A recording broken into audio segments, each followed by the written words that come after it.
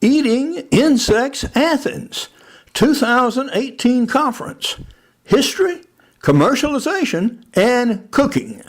William Hovey Smith. I'm the author of Backyard Deer Hunting, Converting Deer to Dinner for Pennies Per Pound. And as such, when I heard about this conference in Athens, I was very eager to attend it. I also have a couple of other interests. One is my new book, Create Your Own Job Security. Plan to start your own business at midlife. And here is an emerging industry that has enormous growth potential that few people are now engaged in. I also have yet another company, Hovey's Knives of China. And so this was an opportunity for me to show my cooking knives to a chef who actually cooks, eats, and serves insects to the public. What follows are 3 interviews to illustrate these different aspects of the conference. This is Hovey Smith with Hovey's Outdoor Adventures. And we're here with David Grayson. Hello. At a conference about edible insects, would you believe, held in Athens, Georgia. Now, David, yes, for at least the past several decades, you have been extremely interested in insects and in eating of insects. How did you get started with such a thing? Well, sir, I was very interested in bugs when I was a kid, and I was a very, very picky eater. So as I grew out of my pickiness and became more and more adventurous, and my love of nature and of insects continued, one day an old college friend gave me edible insect snacks to try, and of course I did not hesitate. And that was a spark that lit a fire. And for many, many years, I spent hundreds of hours learning and foraging, making connections in the world of edible bugs. And I actually created a little bit of an archive, both on the computer and in terms of objects and unusual books, etc. Because the subject is endlessly interesting, because it has to do with our connection to nature and our past and our future. Yes, sir. And so you have. Now, among the things that you have gathered here are a number of books in particular, including this edible forest insects, Humans Bite Back. That's right. Published by none other than the Food and Agriculture Organization of the UN. That's correct.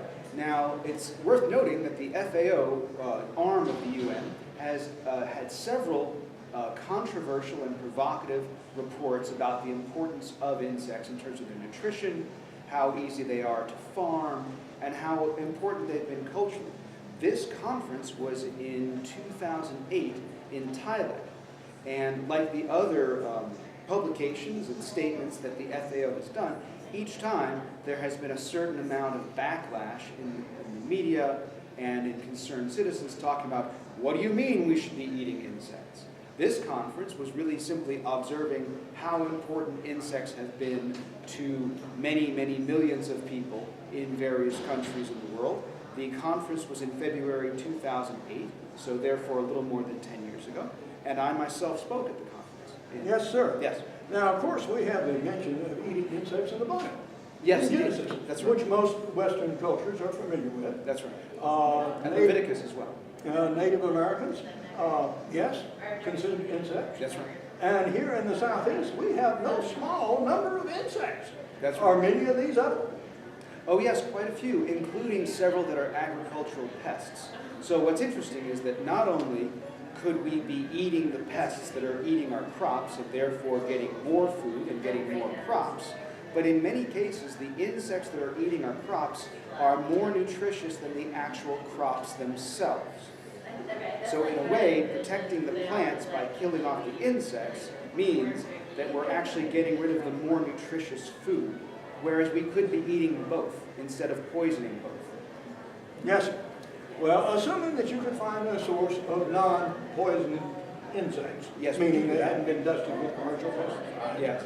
You hadn't sprayed the nest with wasp killer and then proceed to eat the larvae, which is not recommended. That's right. How would one proceed to go and gather some edible insects common in the Southeast and consume them? Just as it is important to know your wild mushrooms before eating any wild mushrooms, The same thing is true of insects. A good deal of research has been done that generally shows that certain groups, ant species, even fire ants, are safely edible. Dragonflies, cicadas, pill bugs are edible. Beetles, for example, and caterpillars in the Lepidoptera group are much more diverse, so it's very important that you know what you're looking at. But it's just like anything else. It's just like bird watching. It's just like hunting. Understanding your quarry is super important. It's also worth noting that as much fun and excitement as one can have in foraging and gathering food from nature, it's also quite easy to farm insects as well. And a good deal of the people in this conference are talking about just that. Well, yes, sir. Just as we hunters should know what we shoot, insect gatherers should know the bugs they eat. Yep, if you don't know it, don't eat it. And thank you very much for an illuminating conversation. You're most welcome. Great to talk. And I'm here talking to Jack Armstrong, whose family has an amazing business raising crickets for human consumption under very carefully controlled conditions. Jack, how long have y'all been doing this? Well, our company's been in business 72 years. Wow. So I'm 66 years old, so it's a little older than me. Yes, sir. Well, concerning what you do to make these edible crickets, first off, you start off, as I understand, with a very special breed of crickets. That's right, we do the Cheetah domestica, which my grandfather had found in Montgomery, Alabama, and proved to be a great fish bait during the late 30s, early 40s. And then by the mid 40s, he was raising them, had learned how to raise the black cricket. He's a big fisherman, and used those for fish bait.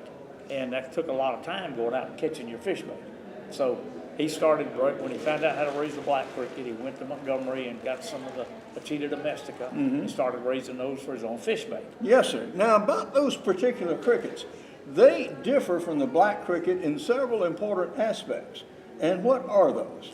Well, number one, the skin is a little softer. Yes, sir. So that way it's easier for the animals to digest.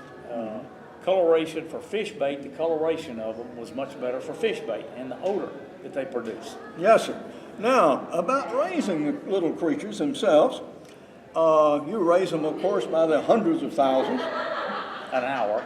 Yes, sir. Our capacity, at full capacity, our Louisiana farm can put out 12 million crickets a week.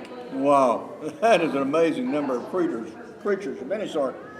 And they have their own little colonies in the way of sterile boxes that they're starting in.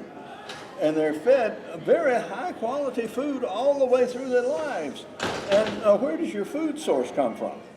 We have two feed companies. Purina is one of them, and Lone Star is another one. So we got two, and that's for quality control. Yes, sir. Because when you're buying commercial feed, sometimes something can go wrong. You might have a little chemicals or something mixed in there inadvertently, and that comes from the supply.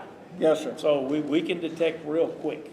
And I understand that you have extreme quality control so far as the temperature and the cleanliness of their growing containers. They're periodically purged, et cetera, and that you go through periodic Food and Drug Administration inspections. That's correct. We are certified for our frozen crickets to be sold for human consumption. So the FDA makes several inspections a year. Yes, sir. I just pop in and check the facility, see what it is. On the cleanliness end, our growing equipment, we raise the crickets in plastic bins, and we have paper in there to give them standing room, and the paper is disposed of at the end of the cycle when they're sold. And everything that's recycled, meaning the plastic bins and the watering system, is cleaned very thoroughly. Yes, sir. Now, if somebody wants to try some of these edible crickets, how are they available?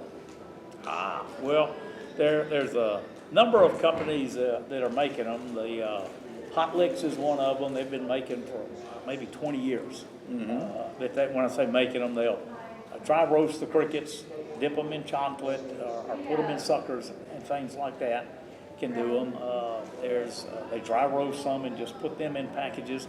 That's one of the commercial companies that's been there for a long time. There's a number of companies Yes, that are putting out mealworms and crickets, and We also can ship the frozen crickets Yes, to sir. people. Now, you have a relatively small pack that people can order from you and have shipped frozen. Is that correct? That's correct. Okay. Currently, Tell us about those. yeah.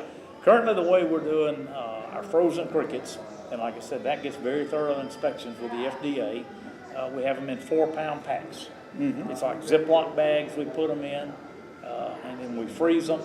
And we've got ice chests that we can use those for shipping out. Yes, sir. And 4 pounds would be the minimum. We've had orders up to 20,000 pounds at a time, and we've got containers for storing up to 28 pounds in one container. Yeah. And if somebody's got a 10,000 pound order, we've got pallets Okay. that will have stacked these boxes on. Good enough, sir. And for the 4-pound packet, what would a person expect to pay? With those, they'd pay about $45 Okay. should be for that. All right. So, you too can have your very own crickets. And where do they go to order? You can go to armstrongcrickets.com, and we are the Louisiana division. We got 2 different cricket farms, and one's Louisiana, one's Georgia. You can go in there because we are commonly shipping the crickets out all the time. Our 800 number for the Louisiana farm is 800-345-8778. Well, thanks very much, sir. And I believe, are you in fact the largest producer of edible crickets in the U.S.? When you combine our 2 cricket farms, we produce more crickets than any other single farm out there. It is a family business. We've got 2 locations, and we have sold more crickets for edible insects over the past 5 years than anybody else that we know of. Okay. Well, thanks very much and good luck. All right, appreciate it. You have a great day. Yes, sir. I'm speaking with Bill Broadbent. And Bill is from Maine, which we don't think of much as insect country down here in the southeast. But believe me, they got bugs up there. We don't have as many species, but they got them thick. And Bill came by his entrepreneurial industry in a rather strange way. How did that happen, Bill? Well, actually, my son asked me the question, why do you eat bugs? And I gave him a dad answer. He kept looking into it and talked about the health and environmental benefits, and pretty soon the whole family was interested. Yes, sir. Well, now what particular bugs are you doing with up in Maine? Well, crickets are a big one. Chapulines from South America or from Mexico are our #1 seller. Black ants and pretty much black ants and scorpions are big with chefs. Yes, sir. We'll love those. Well, certainly the scorpions have eye appeal. Now, the chapulines from Mexico are more usually known in North America as grasshoppers. That's are right. they not? Yes, they are. Okay. And are they any different from any other particular grasshopper? Well, there's actually tons of different kinds of grasshoppers. Yes, sir. So they are a certain type, but it's mostly the way that they're prepared. In fact, there's a few types that are almost any grasshopper from Mexico is used in chapulines. But they're also mostly from alfalfa fields. Okay. So, now about your company. Maine is noted, of course, for its, compared to Georgia, rather severe climatic events, like snowstorms and cold weather and being blocked in and losing power and flood and all of that kind of good stuff. And where, sir, are you located? So we're located in a mill. We're on the 5th floor. So if we have any trouble with the electricity, we have generators. If we have any trouble with flooding, like I said, 5th floor, no problem. Okay. And by mill, I would assume an old timber mill or paper mill? Textile mill. Textile mill. Yes. Okay. And in fact, they have pictures of the little kids on the weaving, what do you call it? What are they called? Looms. Looms, that's the word. All right. Now, on the particular beasties that you do make and sell, what are they? Well, we do quite a bit with the crickets. We have flavor crickets. We have crickets that are in cookies and things like that. We also have a lot of different products that include the scorpions, include the black ants, and that sort of thing. So these are all geared mostly towards consumers and chefs. Those are our 2 big categories. Okay. Now, about your scorpions, I have been scorpion bit twice in my life, and not a pleasant experience. Are yours stinging scorpions? Well, they are, except after a scorpion dies, within an hour the poison goes inert. And when they're cooked or dried, the poison's also inert. So you can eat them, you just have to wait a little bit. All right. So don't chomp on any fresh. That's right. Or as they do, they pick them up by the stinger and bite it off. Okay. What sort of reception has your product had? Very mixed, but in general, people love it. A lot of times they're very skeptical in the beginning, but once they try it, insects really do taste good. Black ants have a great, powerful taste, just 2 or 3 little black ants. You'll taste the citrus type taste. And that's one of the few that can say this is what it tastes like. The rest of them, it's a brand new taste. It's a brand new culinary experience, as the chefs say. So it's up to everybody to give it a try and see what they think. Well, how and where do people get your product? Well, we got very lucky. We started early enough that, believe it or not, we got edibleinsects.com. And so that's our store. Entosense.com is our site, and our company site, and entoblog.com is our bi-weekly newsletter. Every 2 weeks we put out a newsletter, usually having to do with 1 or 2 different insects or a big event. Yes, sir. And if a person wants to cook with them somehow, do you have a kilo bag or something like that you sell? Yes, in the States, boy, I wish we went metric because it's tough, but in the States they're pounds. But you can go from buying a vial of black ants, which would cost $5, and there's enough black ants to cook with. Or if you're a chef, it's $238 for a pound, which is a pretty good size amount, and ants go a long ways. Okay, and your crickets? The crickets are about $39 a pound. You can also buy them as small as a little class size pack, enough for 20 kids in a class, which again is $5. Okay. Well, thank you very much for introducing us to the world of edible insects Well, that's great. and how we can get them pre-made, inspected, That's right. safe, and use them in our own kitchens. Yep, all insects are raised for human consumption. I'm speaking to Joseph Yoon of Brooklyn Bugs. Joseph, how did you get involved in such a thing? Well, it all started when a friend of mine, who I really love and appreciate her art, asked me if I would cook with bugs for a project she was working on. And once I learned about why the UN endorses edible insects and how sustainable it is, all these factors really kept piling on and adding on for like why I wanted to participate, why I want to do it more and more. Yes, sir.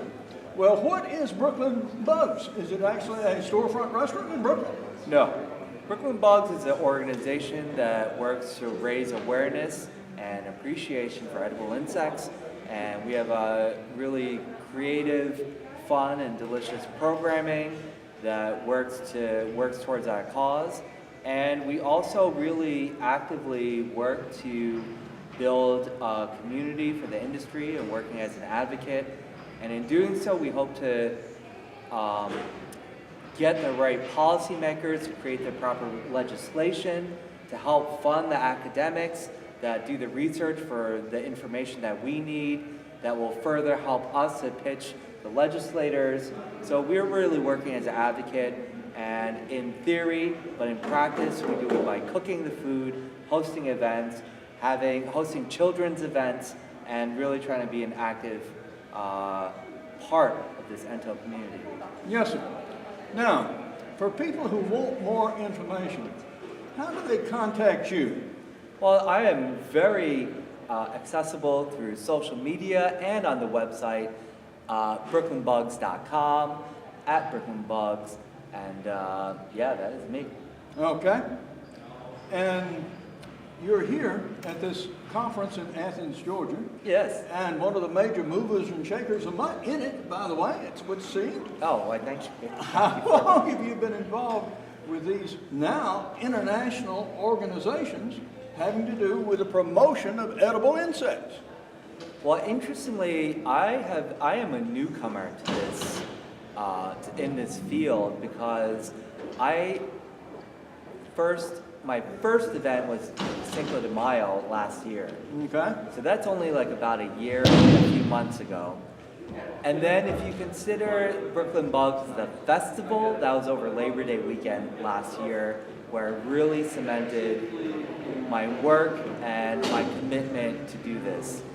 And so it's really been just shy of a year, but because of the commitment and the focus that I took to do this work, a lot of these associates and peers, I'm honored to even call them as such, and colleagues, we speak on a very regular basis to talk about global change and really raising the awareness on a huge scale that will have an impact globally.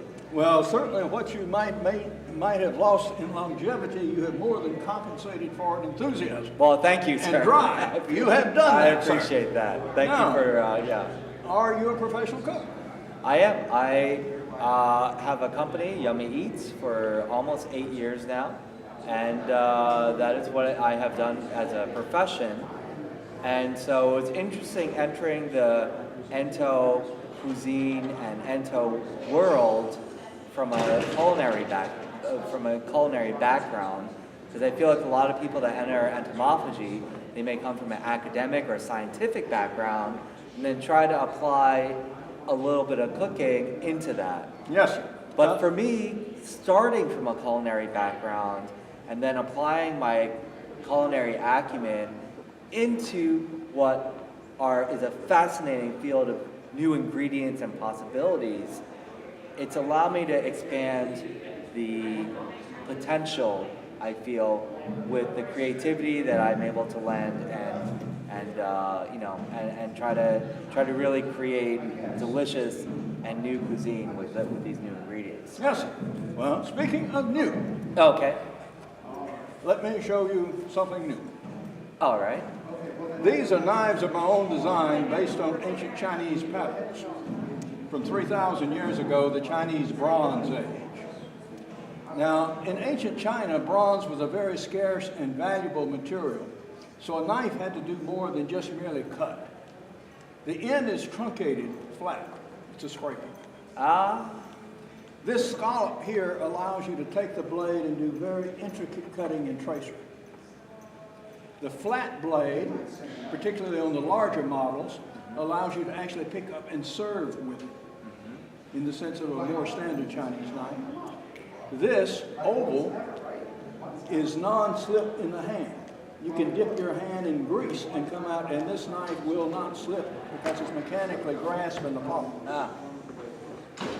The oval also serves to break up spices in a bowl. It's a pretzel. This allows the whole set of knives to be hung by the workplace, Yeah. rather than rattling around in a drawer or taking up valuable space on a block. I'd take a look. There may be more functionality, but I'm actually, 'cause I was actually wondering, I'm like, a lot of times you need the point, but you have a point on this side. As a chef, if you want to. So I was like, why is there a flat edge? The scraper, that's brilliant. Yes. Having this for fine, intricate work, I have to say, if this knife is available, I'm fascinated because when you pulled it out, I'm like, that's kind of a weird knife. Yes. But when you describe the functionality of it, I have to say, this is like MacArthur Grant for culinary knife design level of ingenuity. I love it. Yes, sir. Well, this is designed after the Acheulean hand axe of our Neanderthal ancestors, only rendered in steel rather than stone. Okay. So this is a palm knife. It's designed to be held like this. Points in the kitchen are overrated. You either need a point or you do not. And so if you need a point a lot, okay, That's this gives the you point. a very strong, stiff point. Yeah. But with this, I can completely dress a game out. Yeah. I can I dress got- a wild, it looks like, yeah. a wild hog. So tell me though about the purpose of this. Why does this improve the ergonomics, or because it's not a traditional knife? And for me, generally, I use a traditional chef hold on the knife. Sure. So what does this provide in this manner that makes it? Particularly useful. Okay. This is for the extreme backpack hunter. who wants to take a minimum of weight, right. equipment, and size Yeah. to do the job he needs to do out in the woods, where Okay. ounces count. Right. And so with one flat piece of steel, he can completely dress his piece of wood. I see. Right. So that's the origin of this Okay. I see. and its utility. Otherwise, if you were doing a lot of pastry cutting, Yeah. then it would have some utility, along Right. that score. Yeah. So this is, I mean, so there's a purpose for, chefs have like dozens of different types of knives, probably, maybe even more. And so this is definitely not like a chopping knife where I want to be chopping vegetables or No, something. no. Now that you state the functionality of it, then I have a better understanding of like why it's designed in this manner. This is the knife of great interest to me. Well, we have several varieties of it. We have a longer version with a very sharp point. Mm-hmm. So we have the blunt point version there. Yeah. We have a truncated point that is like this, and we have a point that slopes out like this to a very sharp needle point, a Yeah. pencil point. That pencil point is not stable. It is too thin, and so we will resharpen it for as long as you own the knife, because sooner or later it will break, it will fail. Oh, I see that. Yeah. Amazing. I love that. I love the way that this works like this. Well, these are available, and you can go to my website. And here are the names of my website and my YouTube channel, so you can check these things out. And we do have a catalog showing our entire offering of knives, and we have more than 12 different patterns. Wonderful. Wonderful. I look forward to checking out the different designs. They are unfortunately not inexpensive, and we do it in a right and left-handed version. Or you can get a single grind, a double grind, and we also offer different handle systems. All right. We also make it with a straight handle as well. Okay. Wonderful. Well, we have had a wonderful time at the conference and enjoyed your participation very much. Oh, thank you, Javi. And thank you very much for coming. Oh, my absolute pleasure. It's wonderful to have your colorful personality and commentary at the conference. And I certainly hope this is just the beginning of our time together. Well, Thank you. Look forward to it. All right, Javi. Thank you. Okay. The next thing up that I'll have about the conference will be a YouTube slide presentation that'll show some of the people as well as some of the dishes that were actually cooked and shown during the course of the conference. Below is the contact information about the suppliers involved in this conference and also about my own knives and books. But now, this is Hovey Smith, reminding you to hunt what you eat and eat what you hunt. Be legal, be ethical, be safe. Goodbye, God bless, and see you next time.